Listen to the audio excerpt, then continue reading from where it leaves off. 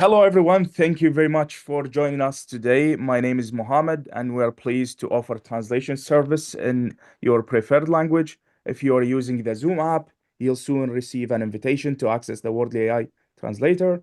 For those using the web version or requiring voice interpretation, please refer to the link provided in Dwight's email. I will also share it in the chat for your convenience. And thank you. Bonjour à tous. Merci de vous joindre à nous aujourd'hui. Je m'appelle Mohamed. Je tiens à vous informer que nous offrons un service de traduction dans la langue de votre choix. Si vous utilisez l'application de Zoom, vous recevrez bientôt une invitation pour accéder au traducteur Wordly AI.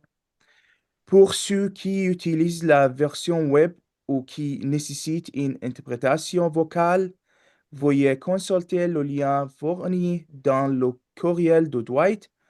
Je vais également le partager dans le chat pour plus de comédie. Merci. Thank you, Dwight, and you can go ahead. Okay, all right. So good afternoon, everyone. Thank you so much for joining the session. Now, today's session, we're going to be focusing on alternative career pathway for internationally educated healthcare professionals in Canada. And we have with us our facilitator, Mihai Csaki. And Mihai Csaki will be, of course, leading the session. Now, just to before we continue, let me just go through a bit here.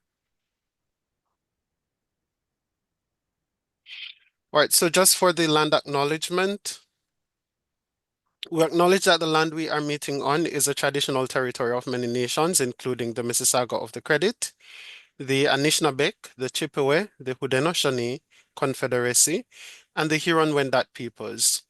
It is now home to many diverse First Nations, Inuit, and Métis people. We also recognize that Toronto is subject of the Dish with One Spoon, the Wampum Belt Covenant, an agreement to peaceably share and care for the Great Lakes region.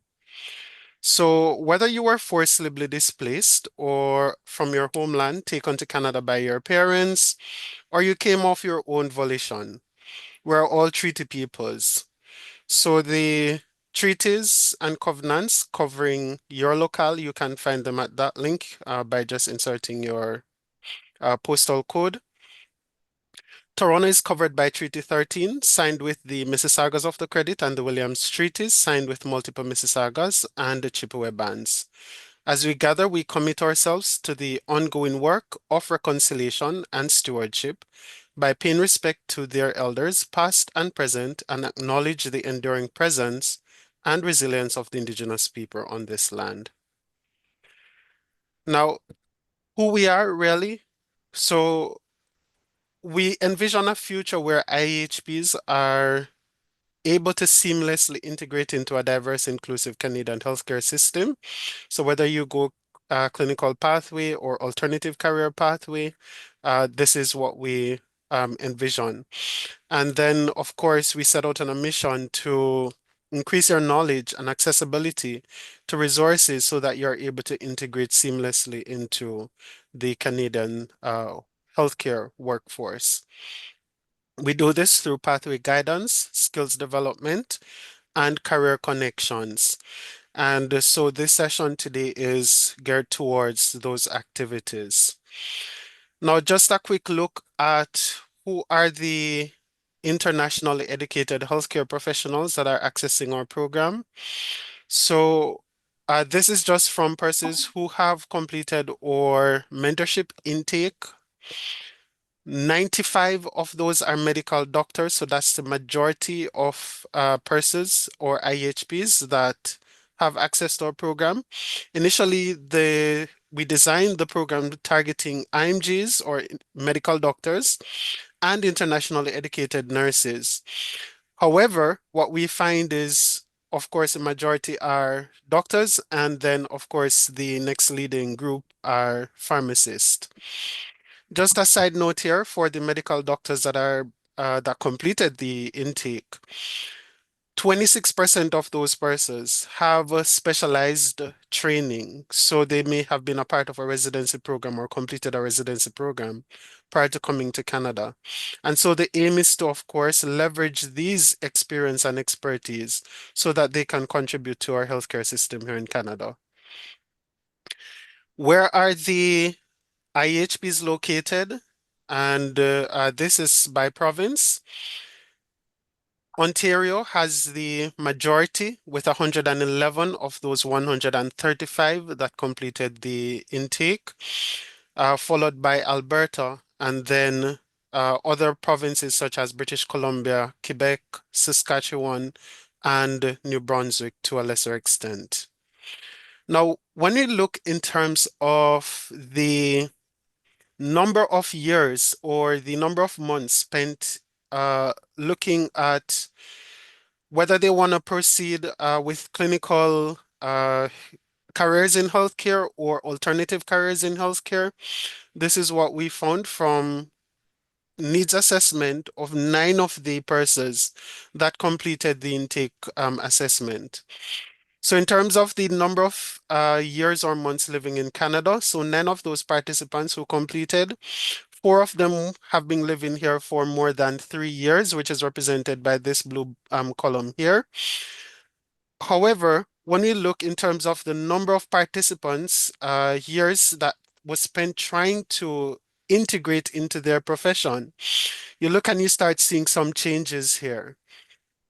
And as we go on to, or when we compare them in terms of clinical versus alternative career pathway, plus extrapolating this information back to the intake assessment that was completed, what we found is that the longer persons spent in Canada, the more you had persons, or the more likely they were to select that they're interested in information or guidance pertaining to alternate career pathways in healthcare. For those who were in Canada for less than 6 months or within that 7 to 12 months period, what you find is that most of those persons would have selected both in terms of career guidance or clinical career pathway.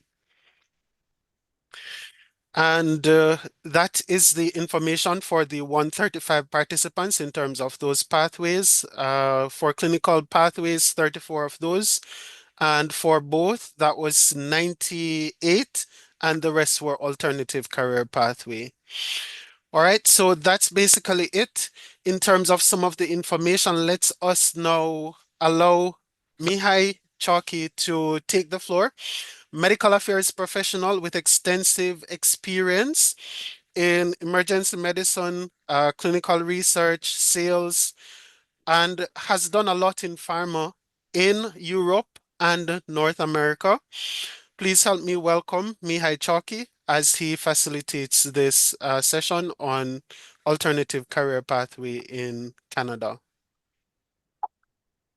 Thank you, Dwight. Thank you, everybody, for being here. In the interest of time, I'm gonna go directly to the content because there's a lot to cover. The agenda is pretty busy, so we will try to do our best to cover as much as we can. We budgeted this to 1 hour. If it goes a little bit over, we're still okay. We're going to try to give you the big picture, but then we're not going to be able to give you the full recipe to find alternative path, but we'll do our best to cover it. As you can see, there's a lot we're going to cover, but we're going to end with a Q&A. So we collected a lot of questions from you. We're going to discuss about those, but also other new questions would be welcome if the time permits. I'm an international medical graduate, like most of the people here. Came to Canada in 2010. Before that, I was an emerge doc. Pretty busy hospital, seen about 65, 70 patients in a shift, which means 1 patient every 5 minutes. That taught me, first of all, that if you do the right decision or the wrong decision, you see right away. Second, it taught me to be efficient. And as you see, I'm a pretty busy person. I do a lot. I wear multiple hats. I chair the board of directors for CCPE, which has about, I think, about 10,000 sales reps that graduated their programs. I'm a medical lead. I'm a medical affairs professional. I'm also working with health informatics at U of T. But my passion is to help newcomers. I've been doing this since I joined. I came to Canada in 2010. But here's the 4 directions that any of you would consider. First of all, the majority of internationally educated healthcare professionals that come to Canada stay in the healthcare space. So that's statistically true. That's a given. Second, some of you will decide to go to licensing. That's a minority. Some of you would say, I need a job right away. I don't care, just I need income. I'm looking at my financials. I have to take care of that. And some of you are undecided. This session refers to 3 of the 4 choices. We're not going to spend too much time on the licensing, but maybe 2 or 3 minutes. But the rest of it pertains to everybody else. According to government officials' data, 25% of foreign trained immigrants work in regulated professions. And the workforce from immigrants is about 1 in 3. So 1 in 3 jobs come from people that were not born in Canada. Now, this is 2023 data in which the conclusion is the following. There's about 260,000 working age IEHPs. Just to compare, that's the population of the capital of Saskatchewan, or it could replace the entire workforce of Quebec City. A lot of us, right? Also, 5 million people in Canada don't have a medical doctor, family doctor, or a nurse practitioner, up to 4.5 million just a few years ago. There's a lot of opportunities there, but that's the size of our group. The second is majority stay in healthcare, like we mentioned before. The third one, if you look by any type of group, and I'm talking doctors, nurses, pharmacists, or dentists, the majority will not practice. So that puts us in the group of, okay, what then? If we look at international doctors, there's 13,000 IMGs in Ontario alone, out of which 1,600 applied for CARMS matching. How many got a job? 671 secured a residency. What's that percentage of all 13,000? I'll let you run the numbers, about probably not even 5%. Now, if you're a fresh graduate, you have higher chances, maybe 4 out of 5 chances to get a match with CARMS, but the chances decrease every subsequent year. So then my first question to you, just to calibrate the content, is if you would have to pick your career choices, and the ones in blue would be your choices, how would you group those? Like, what exactly are you interested in? And maybe I'll ask Dwight here to help me out with a polling. Feel free to check mark 2 or 3 or 4. You should see, if you're on a phone, then you make sure that you see all options, the last one being other. So we'd like to give you some time to maybe a check mark 2, 3, or 4, whatever you're interested in. This is going to help us with the focus of how we're going to spend the next hour or so.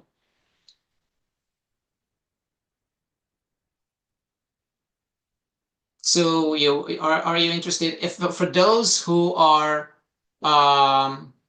give me 1 second. For those who are interested in taking licensing, then you can check mark health services, which pertains to licensed and non-licensed jobs. But otherwise, we'd like you to check mark 2 or 3 or whatever you're interested in.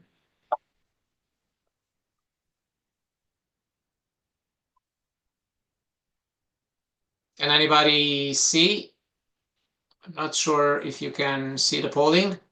No, we saw the polling. Do you see the poll? Yeah. Who has okay. I see that I got 17 Okay. answers so far out of 36. Okay, so maybe we'll wait to get about 2025. Don't want to waste too much time, but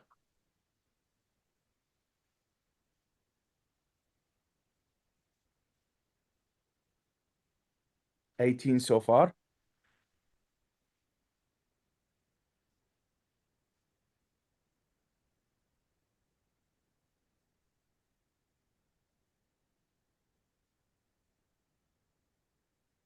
$21.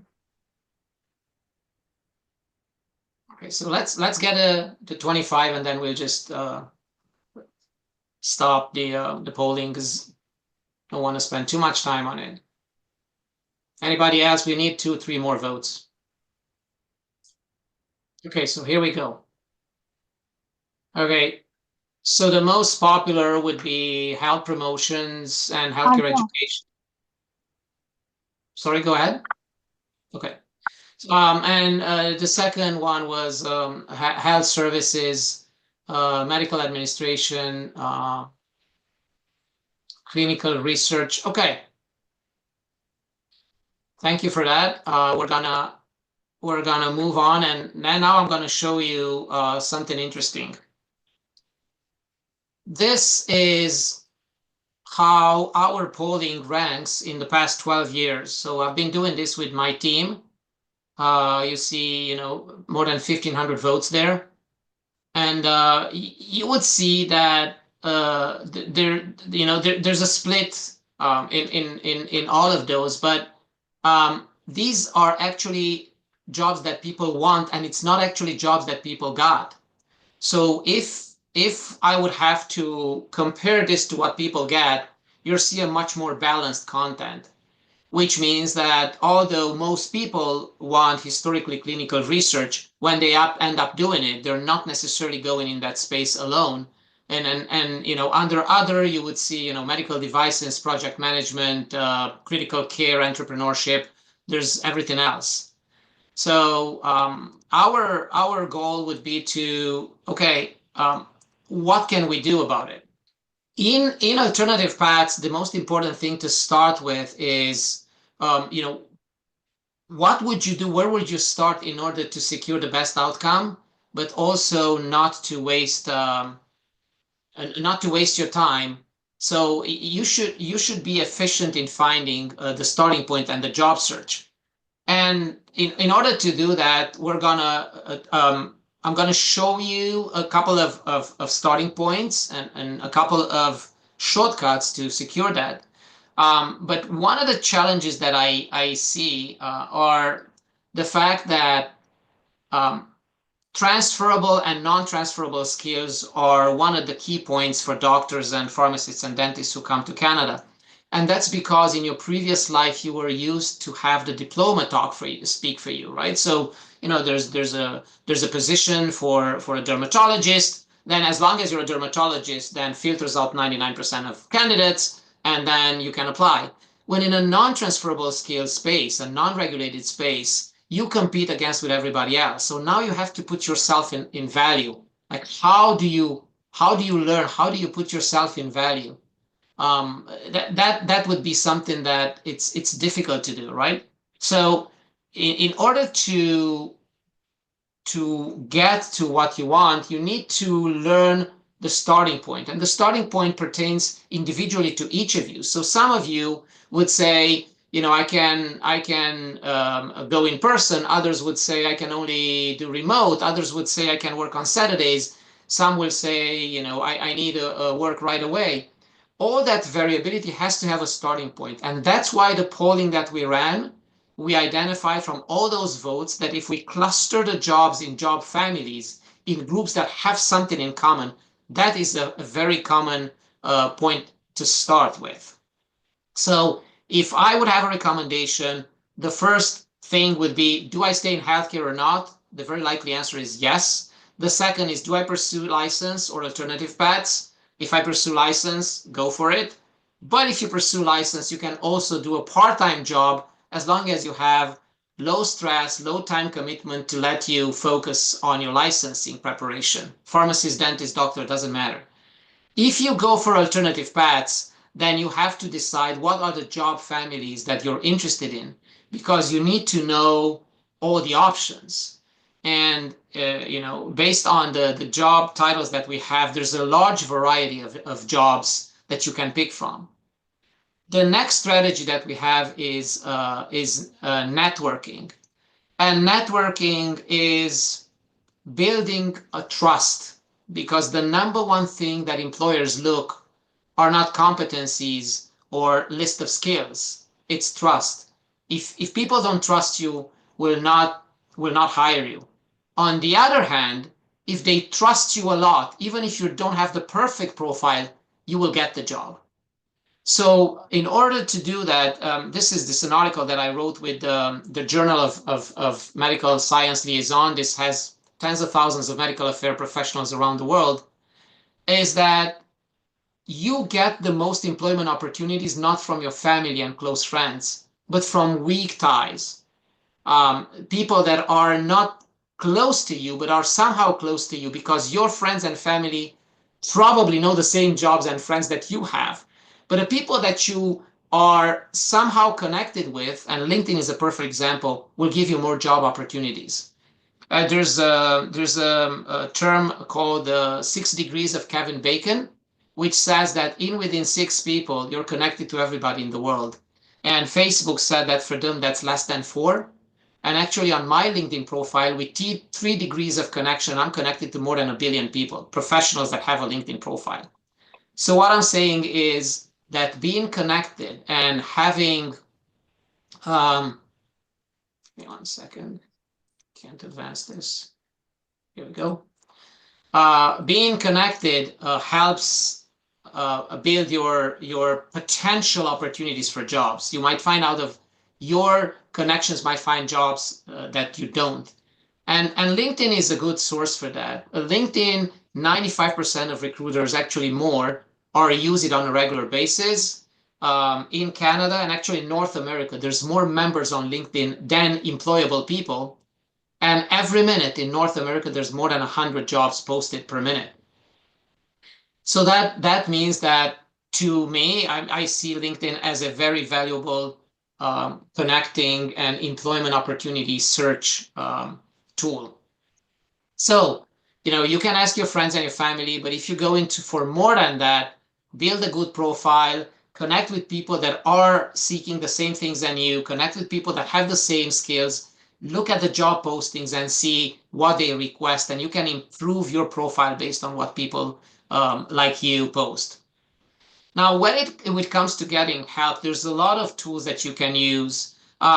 These are just some of the tools that you can use. And as you could see, we're working with Pegasus for a lot of sessions and strategies together. But there's a lot of tools that you can use. These are just the ones that we work with. When it comes to my company, in my company, I have 4 other IMGs and 1 PhD, and we're specialized. We have somebody who's doing clinical research, 2 digital health professionals, 1 academic, 1 PhD, 2 pharma people, training and development, and medical affairs.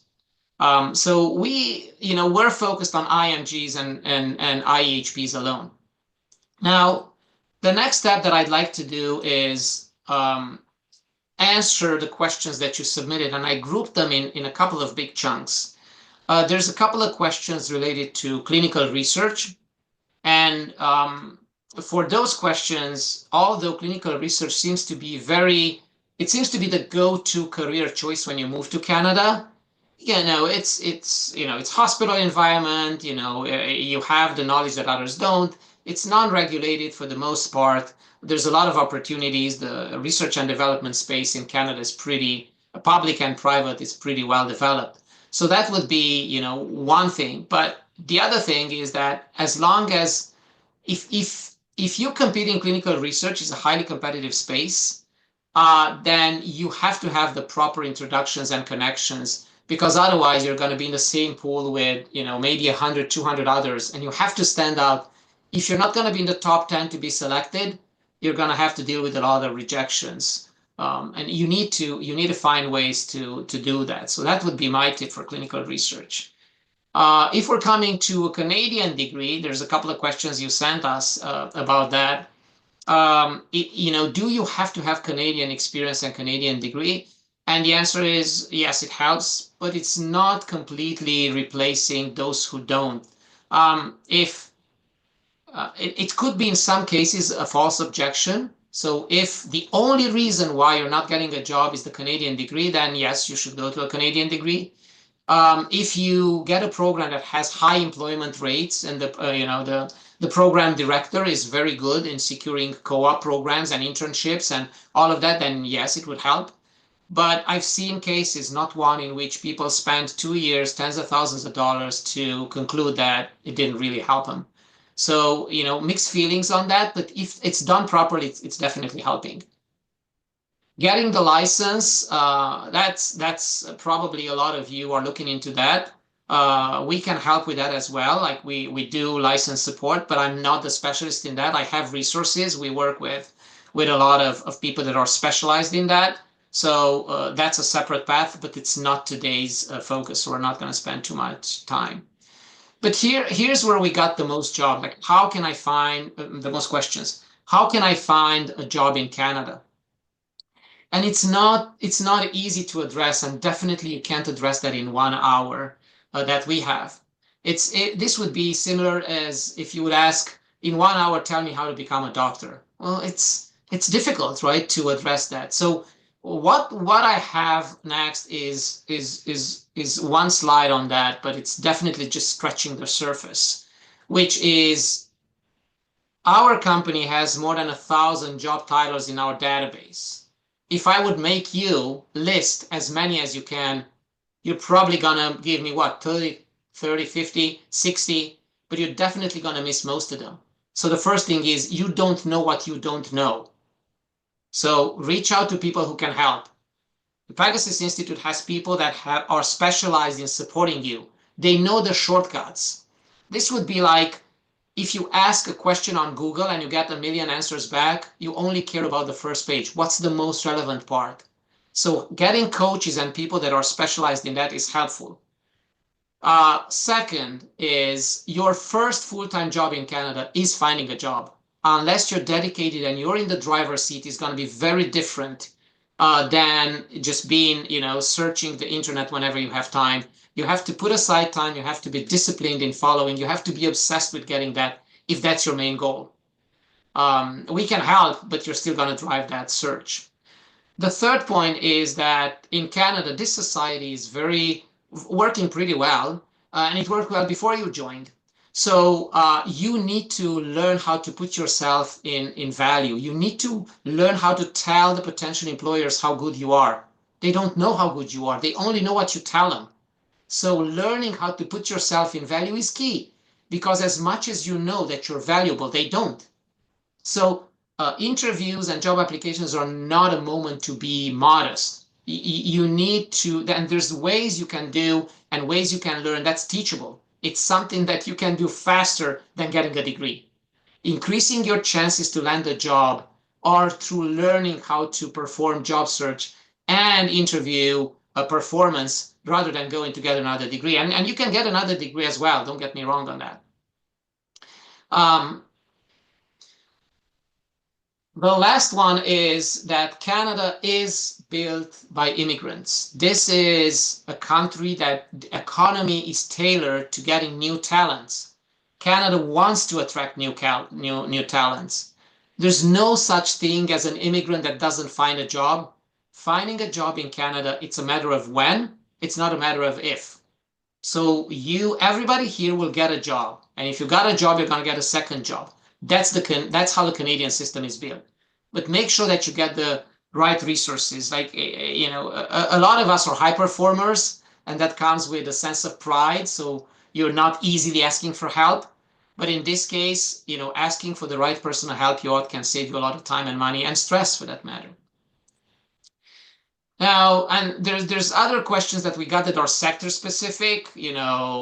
I'm a pharmacy graduate, I'm a dentist, I'm a veterinarian, for example, somebody said. For the vet, you just go to, for example, IDEX Canada is a large vet product supplier distributor, for example, and they have good jobs, good salaries, but that's just one example. I can't cover everybody's here because the time is limited. But what I'd like to do is I'd like to invite everybody to reach out for a more focused approach, because in this large group it's difficult to touch on everybody's outcome. But I just wanted to plant a flag there that there are, in those job family specifics, there are jobs that tailor to pharmacists. Because if you worked in a pharmacy your entire life, it's easier to know the space, build confidence, feel like you've done this before and have an advantage over others. Same with dentists. Medical supplies, dental supplies, sterilization, all those come handy. X-ray machines, booking patients, working with insurance companies. Those could be advantages that if you've done that before in the past would make you have shortcuts. About a year and a half ago, in one of the sessions that I ran, there was an anesthesiologist, and he was telling me, he's like, I don't know, Mihai, I don't even know where to start looking. And I said, look at the job families in critical care. You can look at medical transportation, travel medicine, armed forces, surgery support groups, first aid instructor. Like, there's so many opportunities, but you just don't know about them. So my advice to you is, first is to learn how to start. And the starting point would be by defining the cluster of jobs. Then you look the jobs in that job family. Then you will put together a list of jobs that pertain to your skills, fit your skills. Then you learn how to put yourself in value. Then you target, your resume, and then you learn how to differentiate yourself. And that's the next group of questions that we got. And that is, if I'm in the same pool with everybody else, how do I stand out? Because if for every job there's 500 applicants, then how would they pick you? How are you going to make it to the next step? And one of the things you need to look at is that your resume will not give you a job. The scope of the resume is to get invited for an interview. That's it. Once you're at the interview, the scope of performance at the interview is different from the resume. Now it's to land the job. But the differentiating factor you need to do in both. You have to have a resume that stands out. You need to have an approach or a differentiation that stands out. And that an interview have to perform in such a way that you would answer the question, why would you hire me? Right? So all of those have to be covered. And I think the last slide that I have before I turn it to everybody else to ask questions, it's going to be that we cannot anticipate all the list of questions that you're going to submit to us. There's various questions, and for example, business pathways. There's always, every single year since I moved to Canada, there's one that comes up and says, how can I set up a company? Can I purchase a Canadian company? Can I import, export with my home country? Like, all of those come up. That alone is a separate path, but we cannot cover everything in one. So we suggest that you reach out to Pegasus or to us to get more insight in that, because it's very difficult to have a short answer to a complex path and question. If your future is at stake, then you need to dedicate more than 1 hour to it. So that would be, the big picture. French speakers, huge advantage. If you speak English and French, that's huge. Of course, the Canadian landscape values people that can address the questions in both languages. But for that matter, any other language that you add to your armamentarium would be welcome. And the last point that I have here is that the last question is, can we know about certifications and courses and income per year? And for that, we have a tool that we just developed, which is called Career Fit. If you would go to careerfit.ca, you can try that out, and it's exactly what you're saying here, which is, required certification, courses, income per year, job titles, job families, competition levels, skills, job descriptions, like everything else you will find there. So I know this was a rally to go through a lot of content. We have about 20 minutes left, and at this point, I'm gonna turn on the chat because I didn't look at the chat before. but I want to make sure that I can answer any questions you have.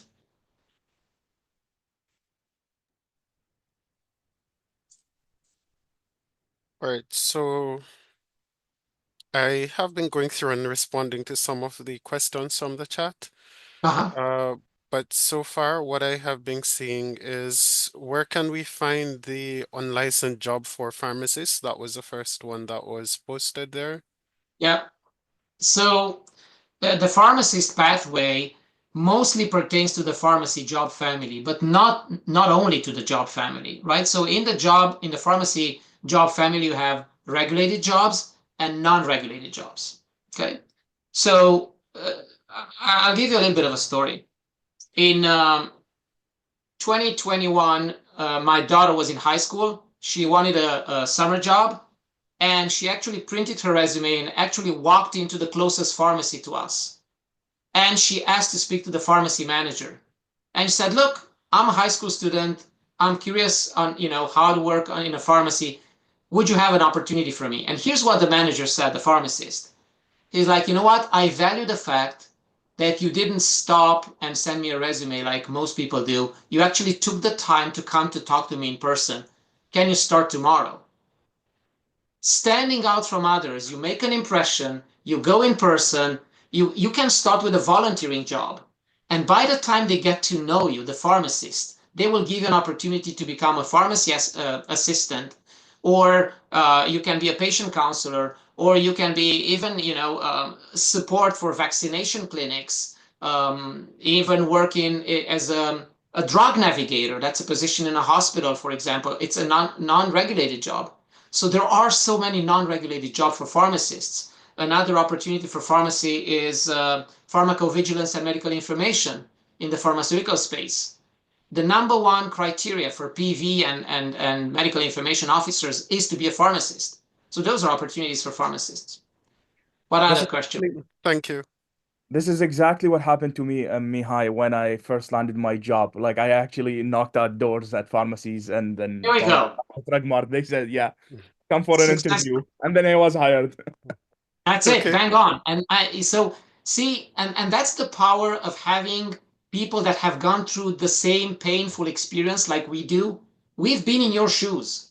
So when you ask us a question, we can relate because we lived those times and we lived that pain. I'll tell you, in my family, we're a family of 5. Every single one of us, the first job in Canada, we got through referral. Somebody told us about a job that didn't exist, wasn't posted. The jobs that we all got were at a hidden market.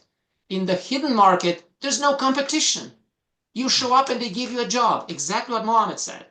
So that's another strategy. We can talk about it later on, but I'm gonna let you ask other questions. What other questions we have? Okay. So this other question, I am a medical doctor. I'm currently doing certificate in health research and informatics at TMU. How can I benefit from it? My long-term goal is to do licensing exam. What's your advice?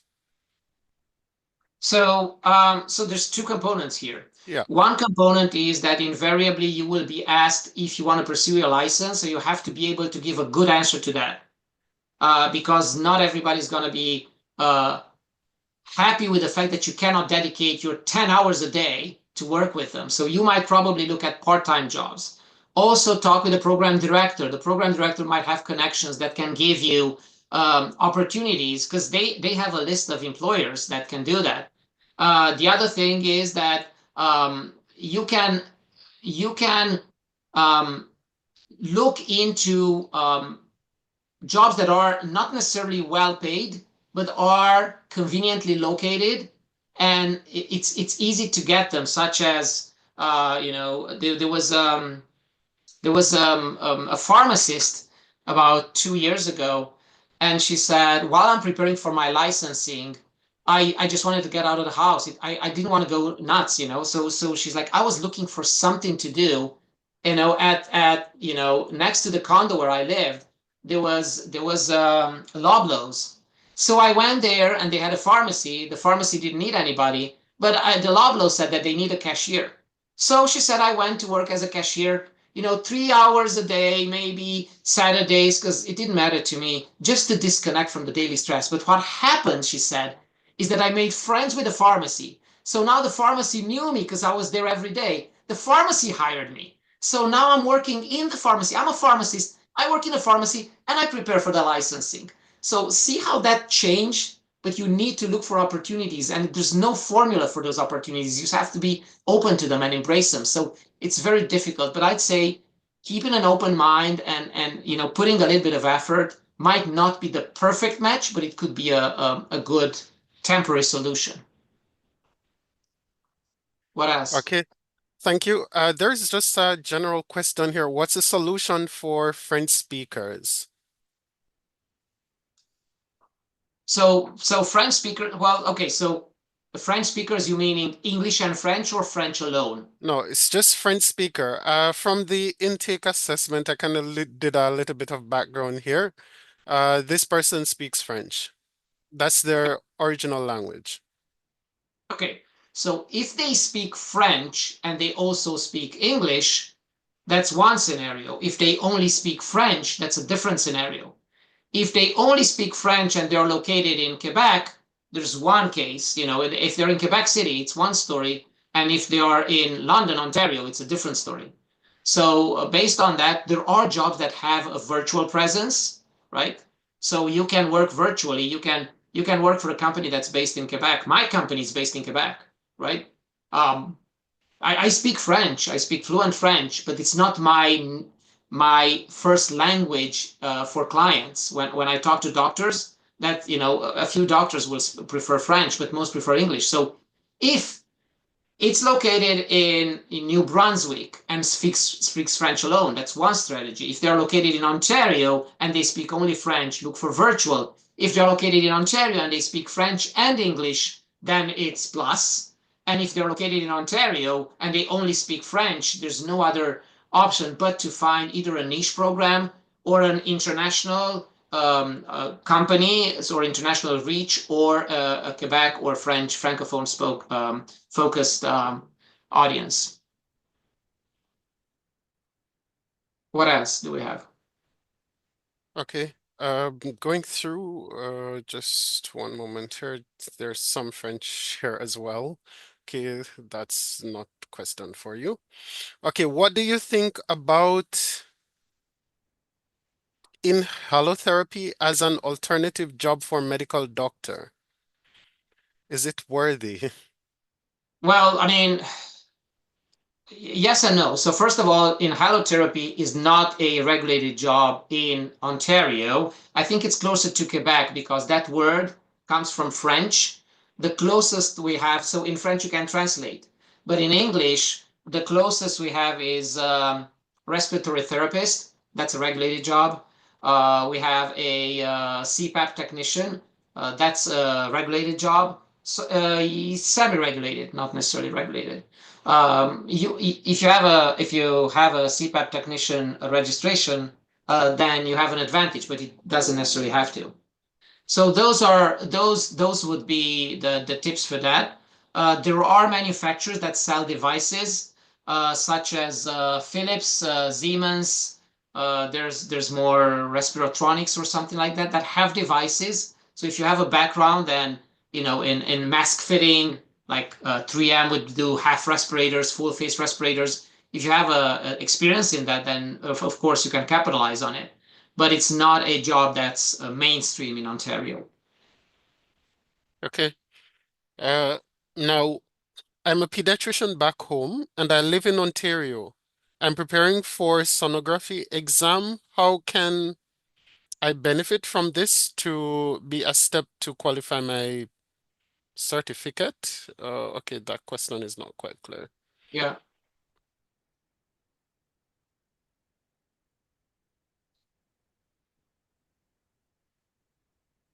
Okay, so I'm not sure what this person is asking. Bosha, if you're able to provide some more clarity for this question, then that would be good. Yeah, so when you take the ultrasonography certification, they have a list of requirements. As long as you match that or exceed that, that's good. I'm not sure if the question pertains to the mix of pediatrician and sonographer, or not sure. I mean, you know, the advantage is that I don't know if you worked as a if you did ultrasonography on kids. I don't know. There's it needs more context. It could be addressed, but it needs more information, to your point. Yeah. All right, so that's the list of questions that we have in the chat. Yeah, so CPAP clinician, there's a in Ontario, the Ontario government pays for see, this is something interesting. In Romania, if you snore, it doesn't mean you're sick. You don't get a diagnostic. You just snore. Well, in Ontario, if you tell your doctor that you snore, then they will send you to a sleep clinic. And at the sleep clinic, they put all sorts of wires, and then they calculate how much sleep oxygen deprivation you get. That is what sleep technicians do. Sleep technicians don't need a degree, you know, and you just go and start working. If you work for 6 months as a sleep technician, you're eligible to take the CPAP exam. And the CPAP exam is the polysomnographist. It's a regulatory body in US. You take that exam, and now you become a certified CPAP technician. As a CPAP technician, you can work in all the major hospitals like Sick Kids and Mackenzie Health and Sunnybrook. They all have a CPAP clinic. You can work with a CPAP private clinic in which you have a respirologist, like a doctor that works with that. You can work with medical devices, companies that sell respirators, or you can work with all the chains, like, you know, Wellwise is the largest chain of CPAP clinics in Ontario. It has about 42 or 43 clinics, and you can do that. Courses, no, there's no courses as long as you're eligible for the exam, or you can take the I don't know the body, the polysomnographist. I'm just gonna.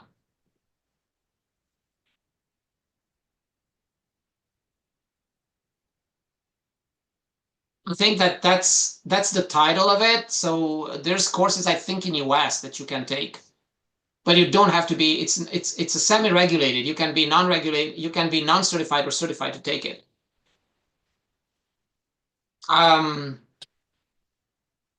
Okay. Yeah.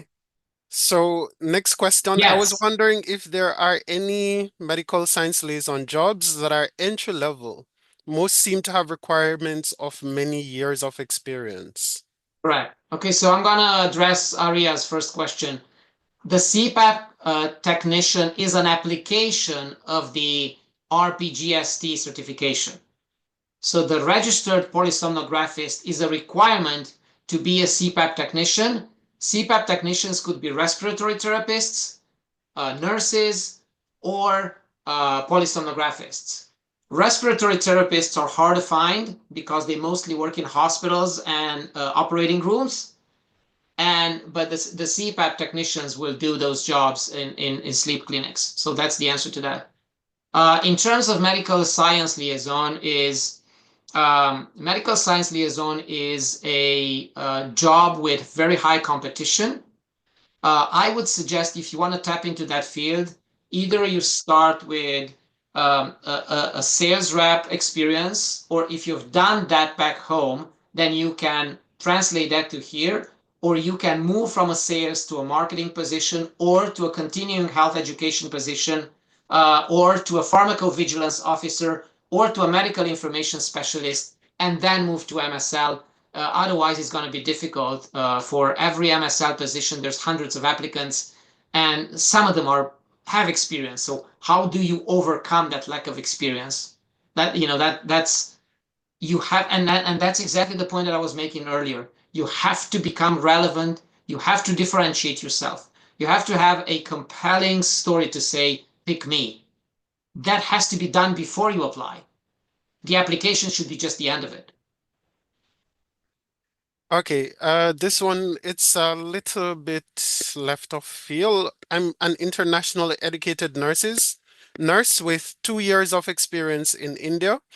I'm registered with the College of Nursing Ontario and have nursing license. I've applied a lot of, I guess, to a lot of job, but because of lack of Canadian experience, no one hired me. Okay, so there's two scenarios. If you apply to jobs that don't require a license, that's one thing. If you apply to jobs that require a license, it's a different thing. There's a shortage of nurses. So if you have a degree that is recognized and you apply to nursing jobs and you don't get it, it's just a matter of how to prepare yourself for interview. The shortage is too big. You have to learn how to put yourself in value. That's it. You don't need another degree for that. Now, if you go to a non-regulated position, if you have a nursing degree that's not recognized here, then you're falling into alternative paths like everybody else. You know, we need to clarify which one of the two and continue on that. But both of them are fixable. Those are Okay, not. Mihai, so here they're saying that they're registered with CNO. So the fact that they're registered with CNO, then that portion of recognition would have been taken care of. Yeah, so that means that it's just a matter of how to better perform at an interview, maybe how to write a resume. I don't know the details around it, but that shouldn't be a problem. That shouldn't be a, you know, if you go in an area of high demand, you need to be able to secure a position. You should be able to secure a position. Okay. I'm not seeing any additional questions there. For those persons who are asking about the recording, the session is being recorded and it will be uploaded to the International Health Professionals in Canada website. So once you go to the events page, you will be able to access all of the content from there.